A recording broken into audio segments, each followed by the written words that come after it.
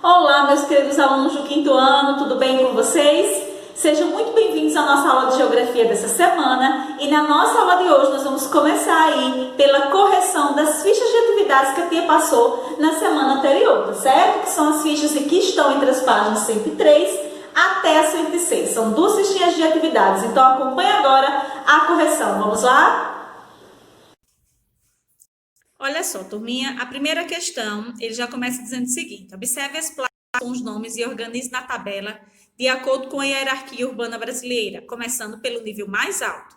Organize também os exemplos de cidades de acordo com as categorias. Então, veja só, nós vamos organizar essas informações que estão aqui nesse quadro. Então, em primeiro lugar, quem é que fica?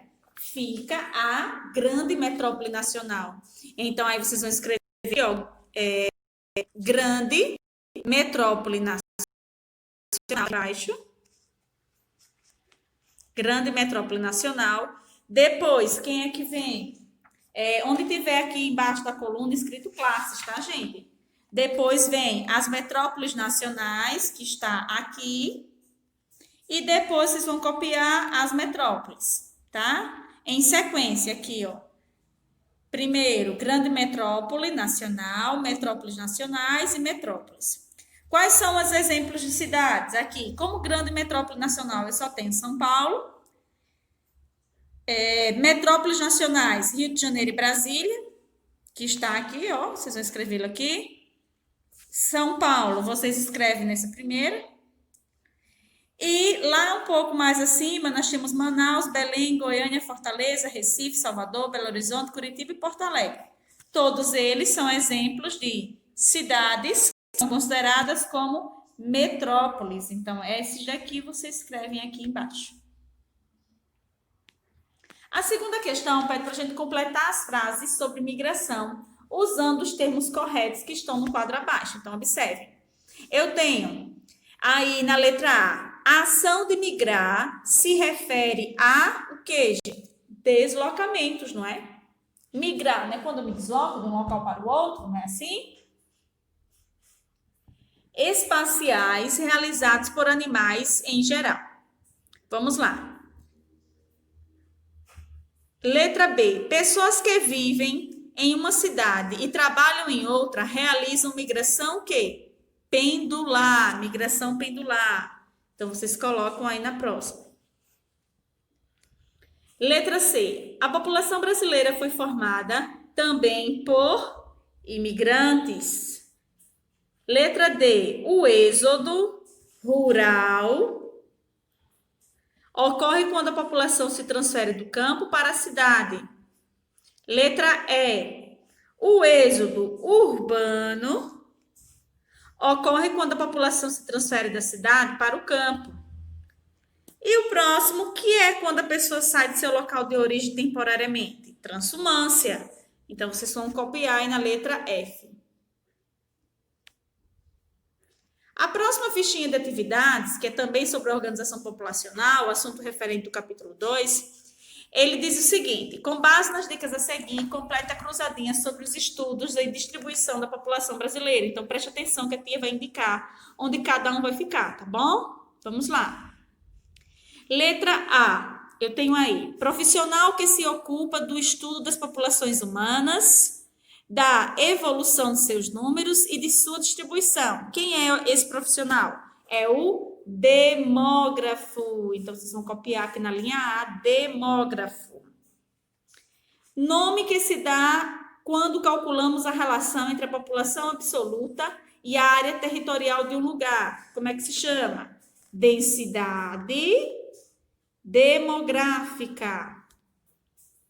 A população brasileira se distribui de forma regular ou irregular pelo território. E aí, é de forma regular ou irregular? É de forma irregular. Vocês vão colocar aí na letra C. Cidade que está no topo da hierarquia brasileira. São Paulo, não é? Acabamos de ver aí na ficha anterior. E letra E, única capital da região sudeste que faz parte das metrópoles. Então, é Belo Horizonte. Já na próxima página, nós temos a segunda questão. a segunda questão diz o seguinte: o movimento populacional no Brasil é intenso. Muitos brasileiros saem de seus lugares de origem e se transferem para outros, principalmente em busca de melhores condições de vida, emprego, moradia, entre outros. Além disso, o Brasil recebe expressivo contingente de imigrantes que deixam seus países por diversos motivos, como trabalho, estudos, desastres naturais, conflitos ou problemas econômicos nos seus países. Em sua opinião, como devemos tratar os imigrantes que procuram nosso país de melhores condições de vida? Como é que a gente deve tratar essas pessoas que vêm para o nosso país em busca de melhores condições de vida, gente? Então, nós devemos tratar com o quê? Com dignidade, não é? A eles devem ser garantidas todas as possibilidades de desenvolvimento em nosso país. Afinal, gente, todos nós somos descendentes de imigrantes, não é? Que de um jeito ou de outro vieram em épocas diferentes para o que atualmente chamamos de Brasil. Então, nós devemos tratar com respeito, com dignidade e oferecer as mesmas oportunidades que outra pessoa. Afinal, nós somos descendentes de imigrantes também. Então, essa resposta é pessoal, tá certo? Terceira questão. Se você tivesse que sair do Brasil, para qual país você iria? Por quê? Então, vocês vão escrever aqui o nome do país e identifique o país que você escolheria. Caso tivesse que sair do Brasil e residir em um outro lugar. Vocês vão dizer por quê, tá bom? Resposta pessoal também. E aí a gente finaliza a correção dessa fichinha. Essas duas fichinhas, aliás. Então, turminha, agora que nós já fizemos a correção dessas fichas de atividades, vamos acompanhar agora o finalzinho aí do capítulo do livro de vocês, do capítulo 3, tá certo? A partir da página 197 até a página 200. Para finalizarmos esse capítulo aí, onde ele vai falar um pouquinho sobre o censo de 2010 e o censo de 2011. Então, o que é necessário que nós precisamos saber sobre isso? Olha só, o censo de 2010 foi o último censo ocorrido até então, tá? Tem até a data aí de realização. Ele começou dia 1º de agosto de 2010 e envolveu 240 trabalhadores, 240 mil trabalhadores. Desses 240 mil, 190 mil eram recenseadores, ou seja, eram aquelas pessoas que trabalham na coleta de dados, indo de casa em casa fazendo as perguntas, tá certo? Olha só, quais são as etapas para a realização desse censo? Então, a primeira parte é a coleta de dados, a primeira etapa. Então, primeiro os recenseadores vão de casa em casa e coletam os dados. São perguntas gerais, tá? Que ajudam os governadores, os governos dos nossos municípios, estados, a propor soluções de melhoria. Por exemplo, se for realizada uma pesquisa for feita pesquisa sobre o número de pessoas que estão nascendo, a taxa de natalidade, assim como a gente chama, o número de pessoas que nascem. Então, se por exemplo, no censo de 2010, a taxa de natalidade tenha aumentado, os governadores precisam se planejar para aumentar o número de creches, de escolas, para atender aquela população que vai aumentar, que aumentou, na verdade, tá? Mesmo os governadores tendo acesso a essas informações realizadas pelos censos, pelo IBGE, muitas situações ainda existem de precariedade no sistema de saúde, de educação, e isso precisa ser melhorado, tá? Porque a pesquisa é realizada, não é? Então, a segunda parte, a segunda etapa desse censo é a tabulação e análise dos dados. Então, os dados que são obtidos, eles são estudados, são tabulados e são representados através de gráficos, de tabelas, de mapas. Existem várias formas de representar aqueles dados depois que é feito a tabulação e a análise, o estudo desses dados. Em seguida, finalmente chega a publicação. Então, a publicação é a divulgação dos dados que foram obtidos, tá? Depois do estudo que foi realizado. Vamos observar aí alguns exemplos, né, de dados gerais sobre a população brasileira, que está aí na página 197. Vamos lá? Então, olha só, gente. Aí nós podemos ver alguns dados que foram disponibilizados no censo de 2010, tá bom? População residente, até 2010, o total de habitantes, dentre eles tem a quantidade que são homens e a quantidade que são mulheres, tá bom? Do lado de cá, nós podemos também nós também podemos observar os indicadores demográficos, como taxa de urbanização, taxa média geométrica de crescimento anual, densidade demográfica, que é o número de habitantes por quilômetro quadrado. Estão lembrados que a gente viu isso? Taxa bruta de natalidade, a quantidade de pessoas que nascem, a quantidade de pessoas que morrem, tá? A esperança de vida, por exemplo, a possibilidade que as pessoas têm de viver, quanto tempo, tá? Taxa de mortalidade infantil e taxa de fecundidade total. E do lado de cá, nós podemos observar a população residente, né? As pessoas que moram na área urbana e as pessoas que moram na área rural. Então, gente, logo em seguida, na página 198, ele traz alguns dos dados que foram obtidos no censo realizado no ano de 2010. A tia listou aqui algum deles para a gente pensar um pouquinho. Foi concluído que a população aumentou, tá?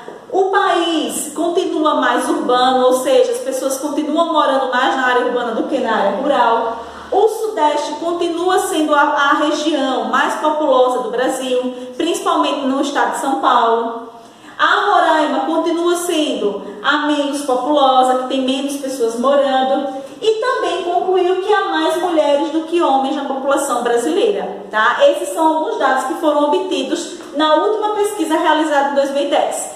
Vocês estão lembrados que na aula anterior a tia falou que essa pesquisa, esse censo, é realizado a cada 10 anos? E que a gente mostrou, inclusive, a linha do tempo, deixa eu só ter localizado aqui na página 195, dos anos que foram realizados desde o primeiro censo realizado em 1940 pelo IBGE, estão lembrados? E que somente em um ano aconteceu 11 anos depois, porque é a cada 10 anos, então a cada década, 1940, 1950, 1960, mas em 1990 não aconteceu devido a problemas políticos, então só aconteceu em 1991, ou seja, um ano a mais. A mesma coisa vai acontecer esse ano, gente, olha só.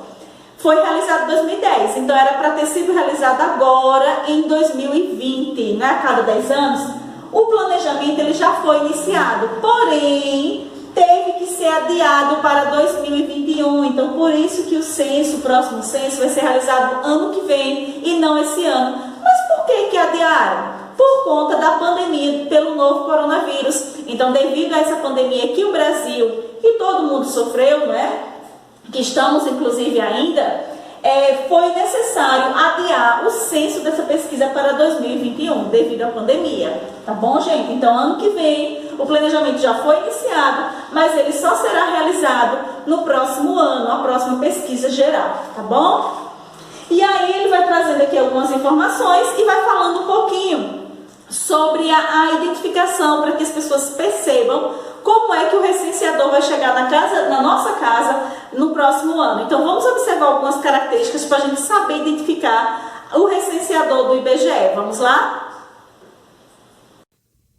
Então, olha só, gente. O IBGE, durante sua campanha publicitária, ele informa que o recenseador, que é a pessoa, o profissional que visita os domicílios, aplicando os questionários de forma presencial. Então, todas essas pessoas, sem exceção, estarão uniformizados, como vocês podem ver aqui na imagem, tá? Utilizando um dispositivo móvel de coleta chamado DCM, que é semelhante a um smartphone. Então, ele mostra aí, não é? Eles aparecem de boné, de colete, de crachá e com a bolsa. Então, todos os materiais possuem o logotipo do IBGE. Então, ele disponibiliza essas informações para as pessoas ficarem sabendo que essas pessoas realmente fazem parte do IBGE. Tá? Então, como reconhecer o recenseador do IBGE? Não é? Então, aí ele mostra que a gente possa reconhecer essas pessoas quando vierem às nossas casas.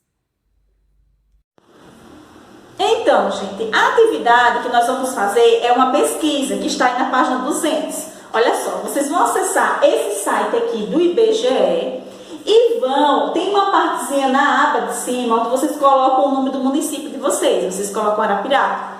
E aí vai aparecer várias informações sobre Arapiraca, tá? No site do IBGE. Vocês vão coletar essas informações aqui com relação à população, ao trabalho e rendimento, à educação, à economia, saúde e território e ambiente. Tem todas as categorias lá, vocês vão encontrar, é bem fácil. Antes disso, vocês vão identificar o nome do município, o F é a unidade federativa, ou seja, o estado, Alagoas. o gentílico e o prefeito. Então, pesquisem e façam essa atividade. Eu estou aguardando a foto, tá bom? Então, gente, por hoje é só. A nossa aula de geografia termina aqui. Não esqueçam de conferir a ficha de atividades para vocês, aliás, a agenda, para vocês conferirem qual será a atividade da ficha que será encaminhada para casa, tá bom? Então, eu estou contando com a participação de todos vocês. Estou aguardando, tá certo? Um grande beijo, turminha, e até a nossa próxima aula.